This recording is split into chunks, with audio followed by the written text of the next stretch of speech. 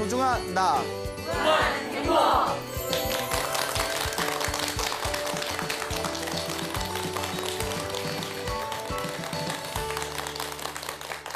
예, 만나서 반갑습니다. 예, 광우 스님이라고 합니다. 그 불교의 가장 핵심이 되는 가르침을 영기법이라고 합니다. 영기법 다 들어보셨습니까? 아, 대답을 네, 못 들어봤는데 거짓말하신 분들 계시는 것 같아요. 예, 영기법이라고 했는데 쉬운 말로 인연법이라고 합니다. 예, 우리 앞에 펼쳐진 모든 것이 다 인연의 흐름이다. 불교의 이제 유명한 개성 중에 인연 따라 일어나고 인연 따라 사라진다. 모든 것이 인연의 소치다라는 그런 말이 있습니다. 그 우리 사람과 사람 간의 관계도 모든 게 다 인연법입니다. 뭐 여러분들 부모님, 여러분들 뭐 남편이나 아내, 여러분들 형제 자매, 여러분들 자식, 여러분들 주변에 있는 사람들에 이르기까지 모두가 다 인연의 소치라는 것입니다. 근데 살다 보면 좋은 인연도 있고, 예, 그렇죠. 그지 같은 인연도 있고요. 예, 나쁜 인연도 있죠. 여러분들은 살아가면서 좋은 인연이 더 많았던 것 같아요? 나쁜 인연이 더 많았던 것 같아요? 좋은 인연. 근데 왜 눈동자만 흔들리시는 것 같은데? 예, 아닌가요? 예, 저의 착각이죠. 예, 다 좋은 인연들만 많으셨구나. 예, 좋은 인연을 많이 만날 수 있다는 것 자체가 내가 전생에 무엇을 많이 지었다는 증거일까요? 그렇죠.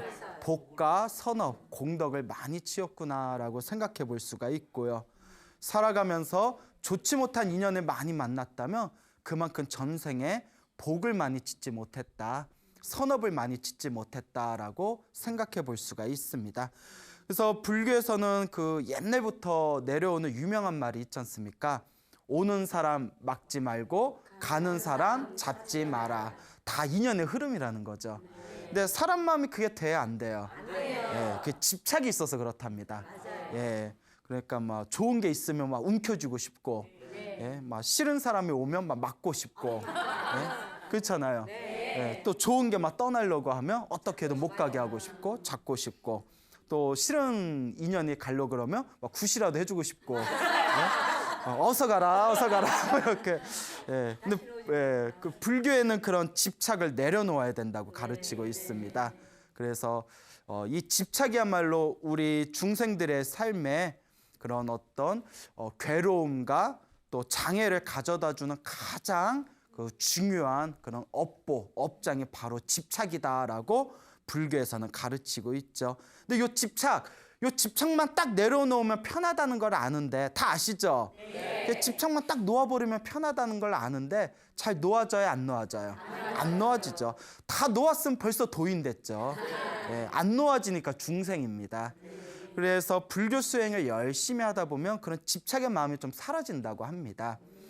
그 지금으로부터 한 300년 전쯤에, 300년 전에 일본에 백은 스님이라는 분이 있었습니다. 백은 화상이라는 그런 큰 스님이 계셨는데, 이 스님께서 그 일본의 송림사라는 절에 머무르고 계실 때 일이었다고 합니다.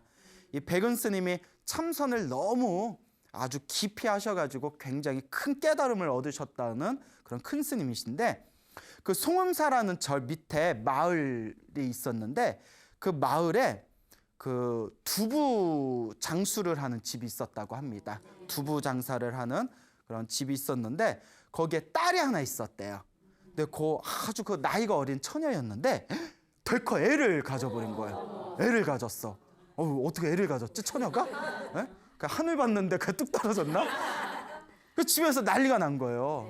그 아버지가 뭐 2년, 전년, 썩을랑 이러면서 얼마나 화가 나겠어요. 근데 딸이, 그 처녀가 애를 가졌어요. 누구 자식이냐 난리가 났는데, 아버지가 그 서슬을 퍼렇게 눈에 살기가 있는 걸 보고는 처녀가 이제 무서움이 느껴져서 이 딸이, 아이고 이거 사실대로 말했다간 나도 죽고 애 아빠도 죽고 내 뱃속에 있는 애까지 죽겠다. 어떻게 해야 될까 하다가 해서는 안 될 말을 합니다. 무언고 하니 아버지가 평소에 그 송림사 그 절에 백은 스님을 세상에서 제일 존경했거든요. 그러니까 설마 제일 존경하는 스님을 죽이게 하겠냐 싶어서 저기 위에 백은 스님 애입니다 이런 거예요. 아, 쓰면 뭔죄야. 아니, 스님은 절에서 가만히 있었는데 갑자기 애가 생겨버렸네. 백은 스님 애입니다. 그러니까 아버지가 믿어요, 안 믿어요? 안 믿죠. 자, 그러니까 이제 집안이 백화 뒤집어져서 이제 딸을 데리고 그 아버지가 백은 스님을 찾아갑니다. 스님, 사실대로 말씀해 주십시오. 제 딸이 처녀인데 애를 가졌답니다. 근데 이 애 아빠가 누구냐고 물어보니까 스님이랍니다. 사실입니까? 그러면 이제 저 같으면 아니, 뭔 소리요? 나 손도 못 잡아봤다, 야. 뭐 이렇게 했던데 백은 스님이 이제 수행을 해도 너무 깊이 가셨나 봐. 뭐라고 하시냐면, 아, 그렇습니까? 이러는 거예요. 아, 그렇습니까? 그러니까 그 약간 이게 아버지가 아, 그렇습니까? 라는 얘기를 듣고 변명도 하지 않고 부정도 하지 않고 아, 그렇습니까? 하니까 아버지가 그러면 이게 이 내 딸에 있는 이 뱃속의 애가 스님 애가 맞습니까? 예? 맞는 겁니까? 하니까 또 유스님이 아, 그렇습니까? 그러니까 야, 아버지가 이제 기가 막혀가지고 막 그 앞에서 이제 삿대질하고 욕을 하면서 저주와 욕설을 퍼붓고 이제 딸을 데리고 집으로 돌아갔어요. 소문이 쫙 퍼지잖아요. 들었어? 백은 스님이 거기 두부장수 딸을 건드렸대. 애래. 어떻게 큰 스님인 줄 알았더니 어떻게 그럴 수가 있어? 어머 대박 막 대박 사건 막 이러고 그러니까 난리가 난 거예요. 사람들이 얼마나 손가락질 하겠어요. 그럼 우리 같으면 아니다, 오해다 이럴 텐데 그 사람들이 못 믿어서 아니다, 우리 백은 스님이 그럴 리가 없다. 그러니까 평소에 스님을 믿고 의지하는 신도들이 또 절에 올라가서 스님한테 물어봤어요. 그 두부장수 딸이 애를 가졌다는데 스님 그 스님 애라는데 사실입니까? 그 스님 뭐라고 얘기했어요? 아, 그렇습니까? 아, 그렇습니까? 아, 그런가 보네요. 그러니까 이제 신도들이 기가 막혀가지고 그때 이제 몇 달이 지났어요. 이제 딸이 애를 낳았습니다. 그러니까 사내 아이를 낳았대요. 딸이 사내 아이를 낳아서 그 두부장수 이제 아저씨가 이제 그 사내의 그 아기를 데리고 그 다시 절에 올라가서 스님한테 이렇게 안겨주면서 스님 애니까 스님이 먹여 살리십시오. 예?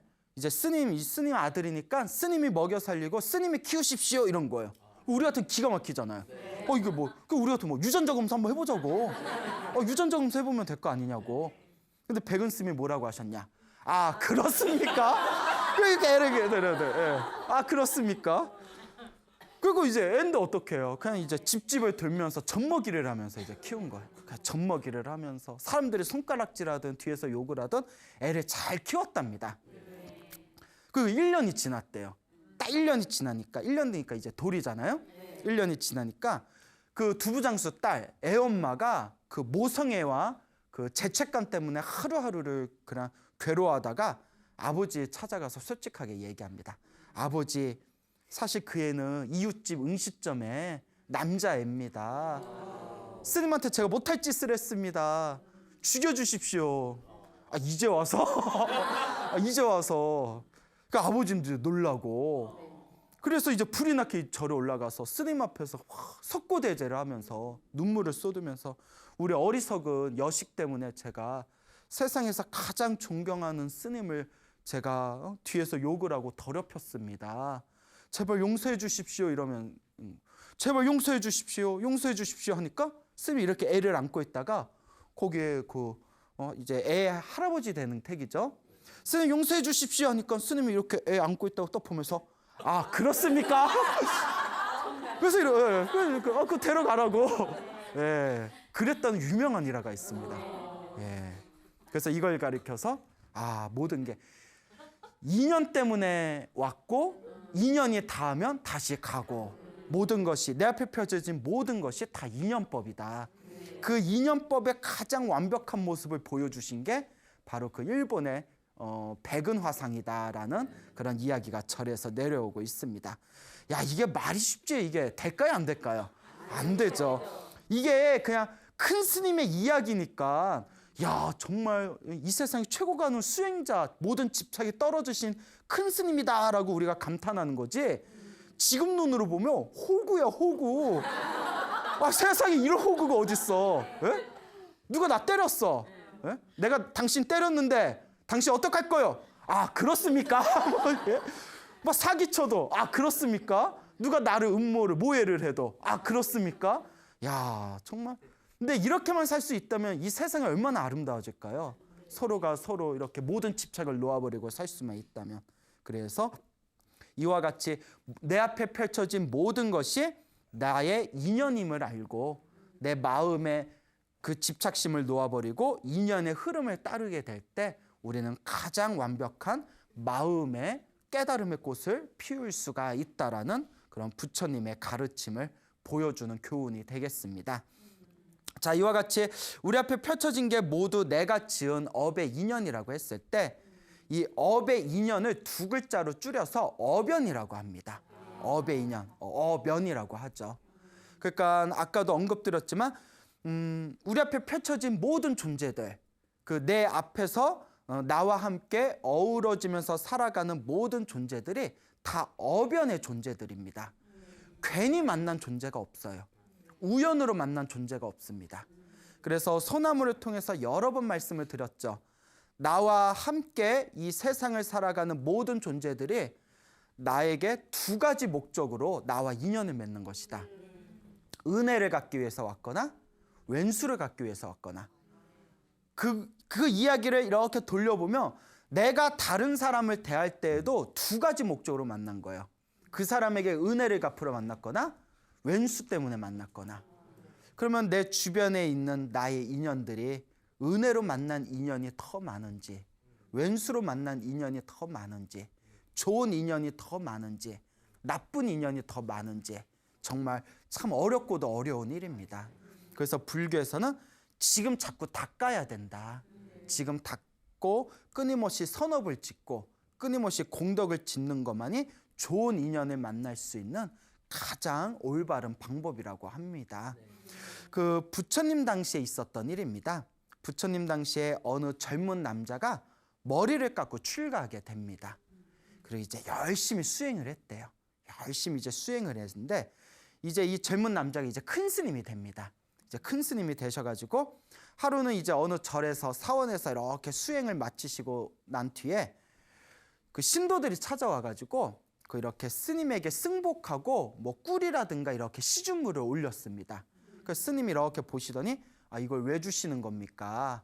그러니까 신도가 하는 얘기가 스님 원래 저희 절에서는 스님이 이렇게 수행을 3개월 동안 마치시고 나면 이렇게 공약물을 올리는 게 저희 사원의 예법입니다. 예입니다. 그러니까 받아주십시오 하니까 스님이 저는 이거 받을 수가 없습니다. 필요가 없습니다 하니까 신도가 아니 왜요? 저희가 정성으로 가져왔는데 왜 안 받으십니까? 라고 물어봅니다. 그때 큰 스님이 저는 옆에서 시중 드는 제자가 없기 때문에 이런 거 받아봤자 짐만 될 뿐입니다. 그냥 가져가십시오. 그 신도가 아니 옆에서 시중 들 제자가 없습니까? 예, 없습니다. 그 신도가 불심이 엄청 깊었나 봐요. 제가 7살짜리 아들이 있는데 아들을 그러면 제자로 받아주십시오 이러는 거예요. 아들이 더럽게 속삭였나 봐요. 여러분들 같으면 7살, 아들이 7살인데 저를 보낼 수 있겠어요? 예, 없어요? 예, 불심이 없구나. 불심이 없어, 불심이. 자, 어쨌거나. 그래서 이제 그 7살짜리 아들을 머리를 깎고 이제 출가를 시키게 되는데 큰 스님이 머리를 깎이기 전에 간단하게 몸과 마음을 관찰하는 법을 가르쳐 줬답니다. 이제 불교에서는 윗바사나 수행이라고 해서 자신의 몸과 자신의 마음에서 일어나는 현상을 있는 그대로 바라보는 수행법이 있습니다. 그래서 이제 그 7살짜리 아이한테 머리를 깎아주기 전에 몸과 마음을 있는 그대로 관찰하는 이 윗바사나 수행을 가르치면서 이렇게 삭도 있죠. 스님들 이렇게 삭발할 때 쓰는 날카로운 면도칼을 삭도라고 합니다.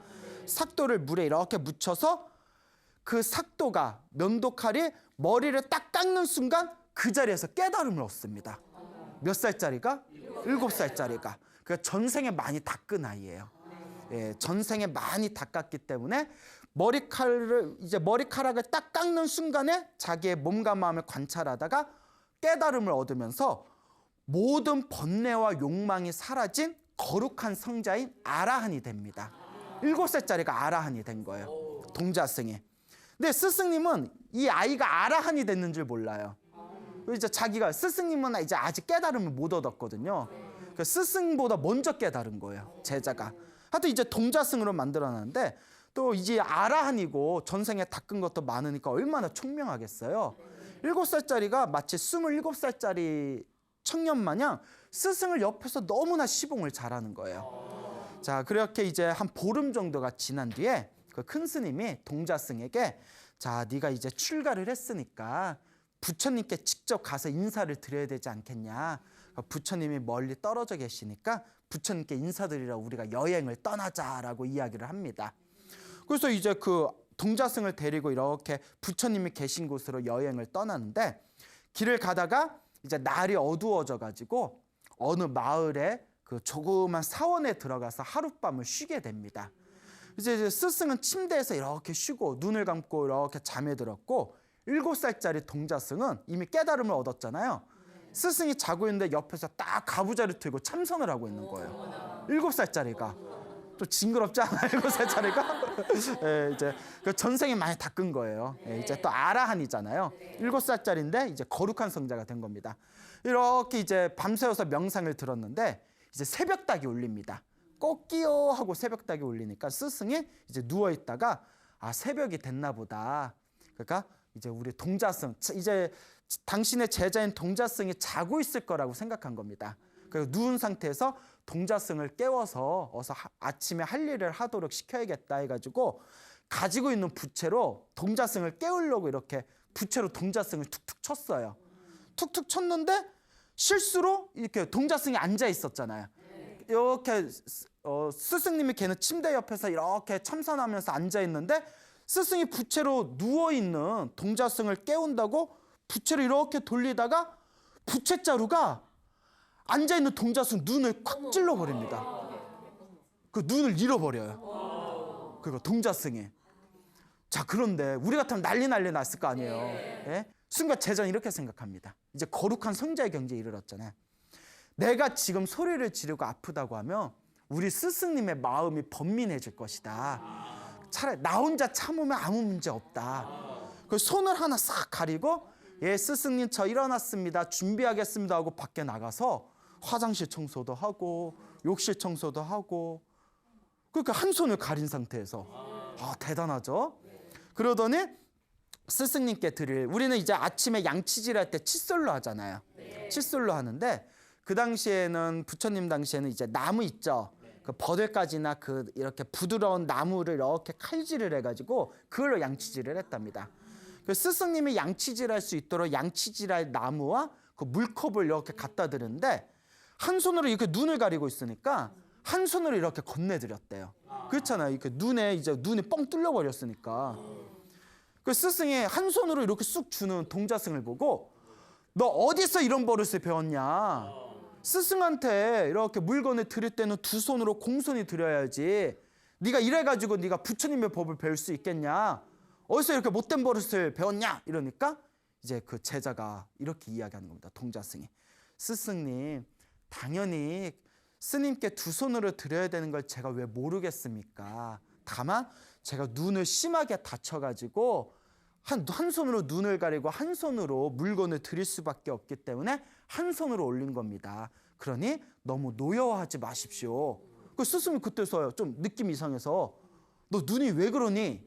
무슨 일 있었니? 넘어졌니? 물어보니까 이제 제자가 솔직하게 얘기하는 거예요. 거룩한 성자는 거짓말을 못 하거든요. 그러니까 솔직하게 스님이 찔렀잖아 이러면서 예, 그러니까 이렇게 얘기 안 했겠죠. 예, 자초지종 얘기하면서 제가 스승님께서 저를 깨우려고 부채로 이렇게 깨우려다가 그만 자루가 제 눈을 찔렀습니다. 그러니까 스승님이 그 자리에서 놀래가지고 내가 그것도 모르고 미안하다 이걸 어떡하냐고 스승님 막 사죄를 하는 거예요. 어떡하면 좋니 애야, 어떡하면 좋니. 그때 7살짜리 이 아란이 이렇게 얘기합니다. 스승님 이러지 마십시오. 스승님이 제 얘기를 듣고 양심의 가책을 느끼셨다면 이 이야기를 안 했을 겁니다. 그러면서 다음과 같은 유명한 말을 남깁니다. 스승님, 이거는 스승님 탓도 아니고 저의 탓도 아니고 오직 업일 뿐입니다. 그냥 업일 뿐입니다. 스승님 탓도 아니고 제 탓도 아닙니다. 그냥 업일 뿐입니다. 업의 인연일 뿐입니다. 그러니 너무 마음 쓰지 마십시오. 그리고 이제 스승님이 어쨌거나 이제 마음을 안정을 하고 이제 눈이 하나 남은 이제 동자승을 데리고 가는데 이제 미안하니까 짐을 다 누가 들었겠어요? 큰 스님이 다 들었겠죠. 네? 그래서 이제 책에 나와요. 미안해가지고 짐을 본인이 다 지고 이렇게 7살짜리 아라한을 데리고 부처님을 드디어 이제 부처님이 계신 사원에 당도합니다. 그 부처님께 탁 삼배를 올린 뒤에 부처님이 이미 모든 걸 다 꿰뚫어 보고 계시죠. 근데 아시면서 일부러 그래 오는 사이에 별일 없었냐, 몸은 건강하고 공양은 뭐 하였느냐 이렇게 안부를 물으니까 그 큰 스님, 그 스승님이 부처님께 예 오면서 이런 일이 있었습니다 하면서 그 동자승과 겪었던 그 이야기를 부처님께 다 드립니다. 그때 부처님께서 크게 칭찬하면서 다음과 같이 이야기하십니다. 모든 번뇌가 사라진 수행자는 화를 내거나 미워하지 않는다. 마음이 항상 고요하고 평온하다라고 하는 유명한 개송을 남기시게 되죠. 자, 이와 같이 사실 우리가 그렇잖아요. 물론 그 큰 스님께서 그 동자승의 눈을 찔러가지고 동자승의 눈 하나가 실명됐지만 사실 일부러 한 건 아니죠. 네, 일부러 한 건 아니지만 우리 살면서 누군가의 실수에 의해서 내가 다치게 됐을 때 그게 상대방이 나한테 일부러 한 게 아니란 걸 알면서도 사실 기분은 어때요? 예, 열받죠. 상하죠. 예, 속상하죠. 예, 그게 중생의 인지상정이거든요. 그런데 우리가 당연하다고 여기는 누군가에 대한 속상함이나 누군가에 대한 어떤 스스로 느껴지는 마음의 고통이나 괴로움도 불교적인 눈으로 깊이 바라보면 사실 그 사람 탓도 아니고 사실 내 탓도 아니고 그럴 만한 일이 일어날 수밖에 없었던 업의 인연이 있었을 뿐이라는 거죠. 그 업의 인연이 뿌리는 결국 누가 지은 업일까요? 사실은 다 내가 지은 업의 인연이겠죠. 그 업의 인연을 있는 그대로 바라볼 때 우리는 세상에서 가장 고요하고 평온한 마음을 가질 수가 있다고 합니다. 이제 상담 같은 걸 제가 많이 받잖아요. 상담을 많이 받게 되면 상담 중에 가장 많은 이제 상담 내용이 주된 내용이 일단 가정생활이에요. 가정생활이고 그럼 뭐 이제 뭐 남편 때문에 괴롭다, 자식 때문에 괴롭다. 이제 남편이 맨날 술 마시고 자기 괴롭히면 얼마나 짜증나요? 짜증나죠. 예, 짜증나잖아요. 남편이 나를 막 괴롭히고 힘들게 했을 때 저 인간 해봤자 누구 마음만 더 불이 올라올까요? 내 마음만 더 불이 올라요. 만약에 내가 화를 내고 따지고 싸워서 속이 시원하면 싸워도 돼요. 근데 싸워도 안 변한 사람은 안 변해요. 오히려 내 속만 더 상하거든요.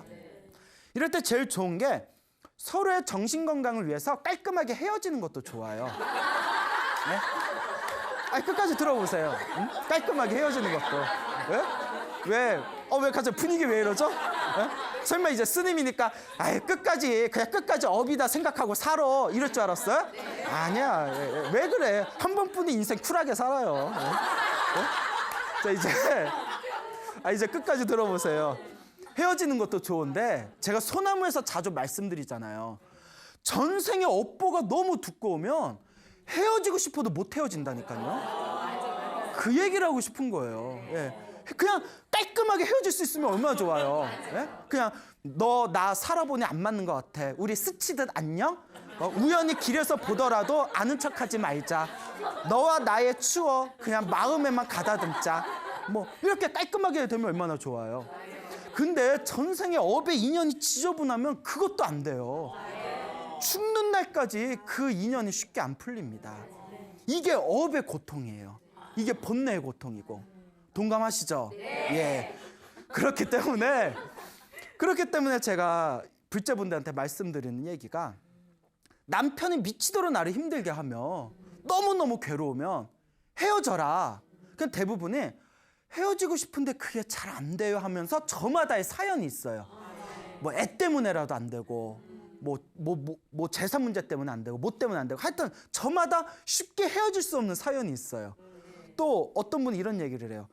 미친 듯이 헤어지고 싶은데 생각해 보니까 스님 그런데 나왔으면 또 저 인간 어떻게 사나 걱정돼요. 야, 왜? 본인 얘기예요? 예? 예? 엄청 그러시네. 이거 듣는 나도 답답해요. 예? 듣는 나도 미치겠어. 뭐야? 한 30분 동안 얘기 들어주다가 힘들면 헤어지세요 하니까 근데 스님 헤어질렀더니 저 인간이 나라도 거두니까 밥 3끼라도 먹이지. 나왔으면 어떻게 살까 걱정돼서 못 헤어지겠어요. 어쩌라고. 이게 어업의 인연이라는 거예요. 얼마나 전생에 끈끈하게 묶여있으면. 그래서 제가 드리는 말씀이 전생에 내가 빚졌다 생각하고 이번 생에 빚을 갚으면서 살아라. 예. 자식도 똑같아요. 어느 불자님이 있었는데 몇 년 전에 들은 얘기예요. 남편을 일찍 잃고 아들 하나가 있었는데 오직 아들만 바라보고 키웠대요. 오직 아들만 바라보고 키웠는데 이 아들이 굉장히 이제 좋은 직장을 얻고 아주 잘 나가게 됐대요. 그러니까 어머니의 이제 노력의 빚을 바란 거죠. 근데 아들이 이제 여자를 사귀어서 결혼을 해서 며느리를 이제 맞이했는데 그 하나뿐이 없는 자기의 모든 걸 쏟은 아들이 그 며느리 말만 듣는다는 거예요. 그러니까 어머니 마음은 얼마나 배신감이 들겠어요. 내가 이러려고 쟤를 키웠나? 내가 어떻게 키웠는데 자식 새끼 키워봤자 그냥 지 여자라고 마누라만 저렇게 챙기고 험한 마음이 생기다가 우울증이 걸려버리신 거예요. 자, 그럴 때에도 그래도 아들이 이렇게 꼬박꼬박 용돈도 많이 주고 하거든요. 자, 이럴 때 어떻게 해야 되느냐? 내가 전생에 저 아들한테 빚진 게 있어서 이번 생에 그 빚을 잘 갚고 우리 아들은 아들 나름대로의 길을 걷는구나. 이번 생에 아들한테 빚을 잘 내가 갚았으니까 이젠 내 길은 내가 또 닦아야 되겠구나. 이렇게 생각하면 차라리 마음이라도 편하잖아요. 네. 그러니까 눈만 뜨면 저녁에 잠들 때까지 그 새끼 나쁜 새끼 소새끼 내 새끼 아니야 내 새끼 아니야 막 이러면서 그러니까 뭐 우울증거리고 약 먹어도 낫지도 않고 그 분노와 그 서러움 때문에 그게 바로 집착이라는 거죠. 그것만 놓아버리면 편한데 예. 근데 사람 마음이 그게 쉽게 돼야 안 돼요. 그러니까 중생이에요. 그러니까 자꾸 닦아야 돼요. 그래서 자꾸 염불하고 기도하고 수행하면서 내 마음을 닦으면서 업장소멸을 해야 된다. 이 업의 인연을 잘 닦아나가야 된다라는 것을 명심하시기 바랍니다. 알겠죠? 예. 그래서 금방 자식 얘기도 했지만 옛날 중국에 있었던 일이라고 합니다. 제가 좋아하는 이야기라서 소나무에서도 몇 번 말씀드렸던 것 같은데 그 어느 여인이 아이를 낳게 됩니다. 딸을 하나 낳았는데 딸이 너무너무 예쁜 거예요. 딸이 너무너무 예뻐가지고 예쁜 딸, 내 딸, 예쁜 딸 하면서 항상 이렇게 안고 살았는데 어느 날 딸한테 그 갓난아기한테 딸아 너는 전생에 나랑 어떤 인연이 있어서 이렇게 예쁜 내 딸로 태어났니? 이러는 거예요. 근데 아기가 이렇게 자다가 눈을 번쩍 뜨면서 엄마가 내가 전생에 엄마 시녀였는데 엄마가 나한테 동전 2입을 주기로 한 게 있는데 안 줘가지고 내가 그거 받으러 태어난 거야 이러는 거예요. 무슨 공포 영화야? 엄마가 놀래가지고 그러니까 엄마가 이제 떨리는 목소리로 그러면 내가 동전 2입을 주면 너 갈 거야?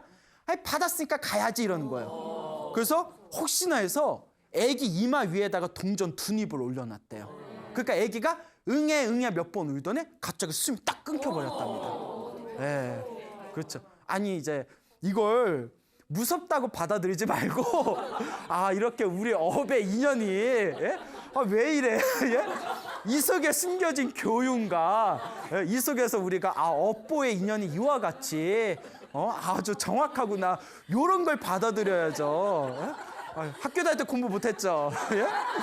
자, 어쨌거나 이와 같이 이 업의 인연이라는 게 정말 무섭다는 겁니다. 그러니까 또 동전 2입이라는 건 상징적인 표현이죠. 그러니까 자식이나 특히 자식일수록 나에게 빚받으러 오는 존재라고 합니다.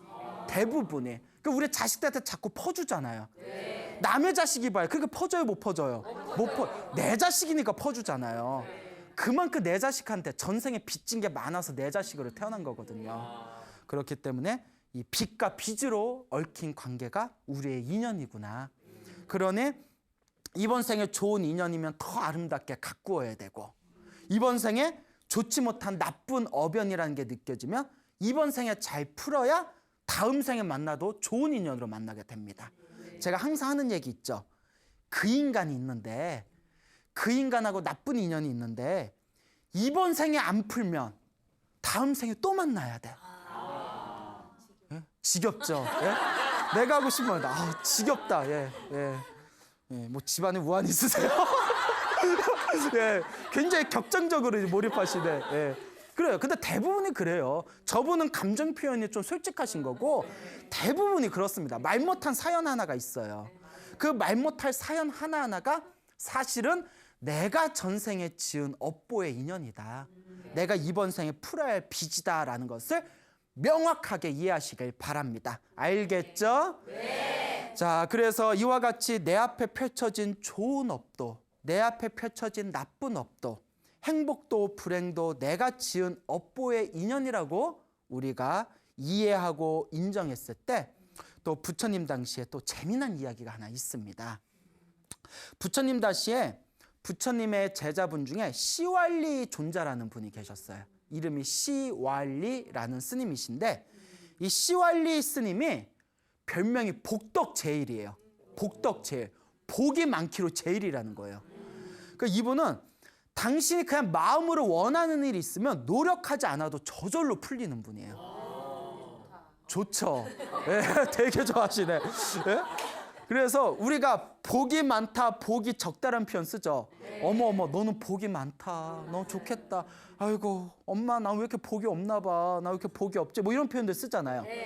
복이 많다, 복이 없다의 이제 기준이 내가 원하는 일을 쉽게 빨리 얻을수록 복이 많은 사람입니다. 내가 원하는 일이 있는데 더디게 혹은 안 이루어질수록 그 사람은 복이 없는 사람이에요. 근데 사람들이 그것도 묘해요.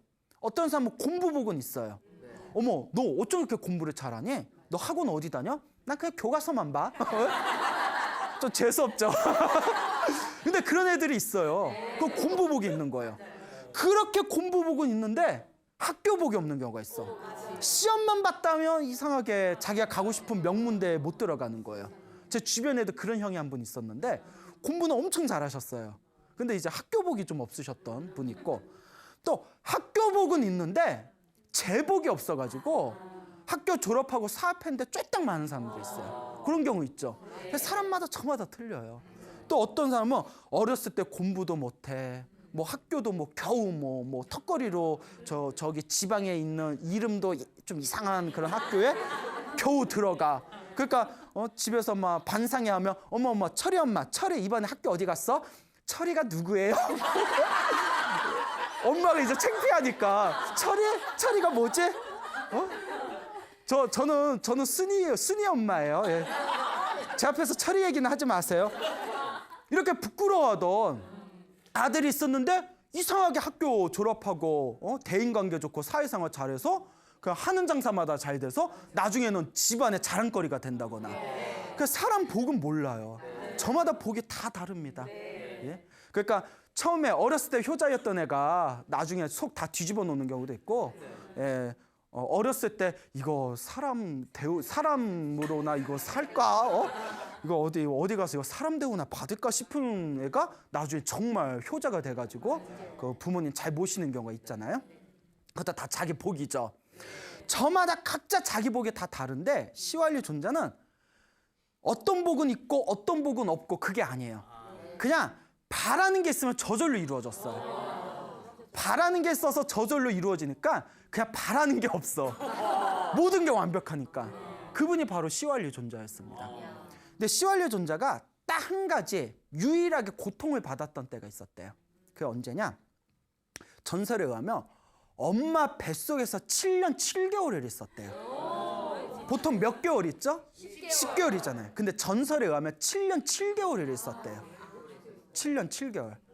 그래서 하루는 이제 그 젊은 스님들이 모여서 대화를 하게 됩니다. 야, 시왈리 존자는 그렇게 복덕이 제일이고 훌륭하신 분인데 도대체 전생에 어떤 어변이 있어서 엄마 뱃속에서 7년 7개월 동안 자궁 속에서 고통을 받으셨을까? 막 이런 대화를 하는 걸 듣고는 이제 부처님께서 지나가시다가 그 이야기를 딱 듣습니다. 그 부처님께서 이들에게 이 인과 업보에 대해서 가르쳐야겠구나. 제자들의 대화하는 방에 딱 들어가서 제자들아 무슨 대화를 하고 있었냐 하고 질문을 던지니까 시왈리 스님이 전생에 어떤 인연이 있어서 저렇게 복이 많으신지, 저렇게 복이 많은 분이 또 전생에 어떤 어변이 있어서 어머니 모태 자궁 안에서 7년 7개월을 계셨는지 그 이유에 대해서 대화를 하고 있었습니다 하니까 부처님께서 이 모든 게 누가 지은 업보이다?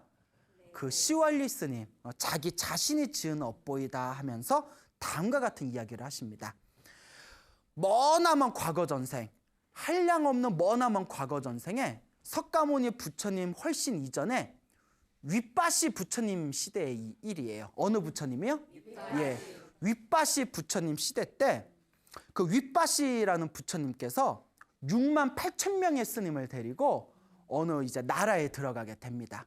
그러니까 그 나라의 왕이 그 윗바시 부처님과 6만 8천 명의 스님들을 위해서 엄청나게 진귀한 공양을 올립니다. 그 음식을 올리면서 자랑을 하고 싶은 거예요. 그래서 시민들한테 봐라, 내가 부처님과 스님들한테 이렇게 어마어마한 음식을 공양 올린다. 그래서 이제 속으로 부럽지? 나 엄청 복 많이 짓지? 이렇게 이제 자랑하고 싶은 마음이 있을 때 시민들이 그 서로 모여서 회의를 합니다. 야, 우리가 왕처럼 할 수는 없고 대신 우리 시민들이 힘을 모으면 왕 정도의 공양을 올릴 수가 있다. 그 우리들이 이제 힘을 모아가지고 부처님과 스님들한테 공양을 올리자. 그래서 그 시민들이 힘을 모아가지고 윗바시 부처님과 스님들께 또 공양을 올려요. 공양을 올리면서 어마어마한 공양을 올리면서 왕에게 자랑합니다. 봐봐, 우리도 이만큼 한다? 부럽지? 그러니까 왕이 이제 오기가 나가지고 서로 경쟁이 붙습니다. 그래서 6번의 경쟁이 붙었대요. 누가 공양을 더 잘 올리나. 그러니까 살은 누가 쪄요? 스님들이 찌겠죠. 그거. 야, 오늘은 또 뭐야? 이러면서. 자, 어쨌거나 그렇게 6번의 이제 경쟁이 이제 시합이 열리게 되는데 6번째가 지난 뒤에 시민들이 마지막 공양을 준비하게 됩니다. 왕의 코를 납작하게 만들어줄 공양을 준비하자. 그 모든 재료를 다 준비했는데 신선한 꿀이 없는 거예요. 야, 꿀만 있으면 완벽한데 신선한 꿀을 좀 구해와라. 그래서 사람들이 밖에 나가서 막 꿀을 구하다가 그때 어느 시골 사람이 벌집에 그 벌들이 이렇게 모여있는 그 벌집에 신선한 꿀이 담겨져 있는 벌집을 나뭇가지에서 띄게 됩니다. 그래서 아싸, 오늘 이거 신선한 꿀을 얻었네 하다가 꿀을 구하는 사람하고 딱 마주친 거예요. 딱 보고 그 시골 사람한테 이거 꿀 팔 겁니까? 아니, 이거 안 팔 건데요? 에이, 그러지 말고 내가 한 냥 줄 테니까 파십시오. 그래서 이게 한 입짜리인데 한 입짜리를 한 냥에 달는 거 보면 이 사람 돈이 좀 있나 보다. 좋아, 쇼부를 해봐야겠다. 이제 그래서 딜을 한 거예요. 2냥 주세요. 아싸, 2냥 줄게. 아이, 싫었어요. 마음 편했어. 3냥 주세요. 아싸, 3냥 줄게. 아니야, 마음 편했어. 10냥 주세요. 우리 같으면 한 대 쳤을 거야. 결국 1000냥에 팝니다. 한 입짜리를 1000냥에 딱 팔았을 때 꿀을 판 시골 사람이 이렇게 묻습니다. 아니, 정신이 있는 겁니까 없는 겁니까? 한 입이면 살 수 있는 걸 왜 1000냥에 삽니까? 그렇게 꿀이 좋습니까? 하니까 그게 아니라 내가 먹을 거면 그 돈에 사겠냐. 부처님과 6만 8천 명의 스님들께 공양을 올릴 때 쓸 신선한 재료다. 우리가 복을 짓기 위해서 사는 거다라는 말을 듣는 순간 그 시골 사람이 저는 1000냥을 받지 않겠습니다. 이걸 그냥 공짜로 올릴 테니 부처님과 스님들께 올리는 그 공양의 보시공덕을 저도 얻게 해주십시오. 그리고 이걸 그냥 제가 복 짓는 마음으로 올리겠습니다. 그래서 그 신선한 꿀에 담긴 벌집을 공양 올리게 됩니다. 그 시골 사람이 그 꿀을 공양한 공덕에 의해서 하늘 세계에서 온갖 쾌락을 누리면서 살다가 하늘 세계의 복이 닿고 난 뒤에 왕으로 태어났답니다. 왕으로 태어났을 때 왕으로 태어나서 마음을 잘 못 썼나 봐요. 자기의 영토를 넓히겠다는 야욕이 있어서 전쟁을 벌였는데 상대방 나라에서 항복을 안 하니까 성을 둘러싸고 그 성 안에 있는 사람을 7년 7개월 동안 가뒀답니다. 7년 7개월 동안 가두다가 성 안의 식량이 다 떨어지고 나니까 그때서야 그 나라의 성의 사람들이 항복을 하게 되었다고 합니다. 그때 전쟁을 일으켜서 수많은 사람들을 괴롭힌 대가로 그 왕은 죽어서 다시 지옥에 떨어지게 됩니다. 지옥에서 엄청난 고통을 받고 나서 지옥의 업장이 다 소멸된 뒤에 다시 석가모니 부처님 시대에 사람으로 태어나게 됩니다. 그 사람이 다 누구였을까요? 시왈리 스님이라는 거예요. 그래서 전생에 왕이었을 때 사람들을 7년 7개월 동안 성에 있는 사람들을 가뒀던 업보로 어머니 뱃속에서 7년 7개월 동안 머물러서 고통을 받아야 했고, 그리고 머나먼 과거 전생에 윗바시 부처님에게 천냥을 받을 수 있었던 꿀을 그 천냥을 포기하고 지극하고 정성스러운 마음으로 부처님과 스님들께 꿀을 보시한 공덕으로 이번 생에 원하는 것은 다 이룰 수 있는 복덕제일이 되었다라는 가르침이 경전에 나옵니다. 이와 같이 좋은 거면 좋은 거대로, 나쁜 거면 나쁜 거대로 다 누가 지은 업보다? 내가 지은 업보다. 그러니 이번 생에, 다음 생에, 다다음 생에 항상 행복한 삶을 영위하고 싶다면 끊임없이 자기 자신의 마음을 닦고 수행하고 복과 선업과 공덕을 지어야 된다라는 것을 명심하시기 바랍니다. 알겠죠? 네. 자, 내 앞에 펼쳐진 행복과 불행은 다 자기가 지은 업의 인연입니다. 이 업의 인연을 잘 닦아나갈 때 우리는 진정한 행복을 얻게 될 것입니다. 여러분, 행복해지고 싶습니까? 네. 행복한 삶을 창조하고 싶습니까? 네. 복을 지으십시오. 선업을 지으십시오. 공덕을 쌓으십시오. 복과 선업과 공덕의 힘이 여러분들을 진정한 행복의 길로 이끌어 줄 것입니다. 여기서 마치겠습니다. 소중한 나 무한 행복.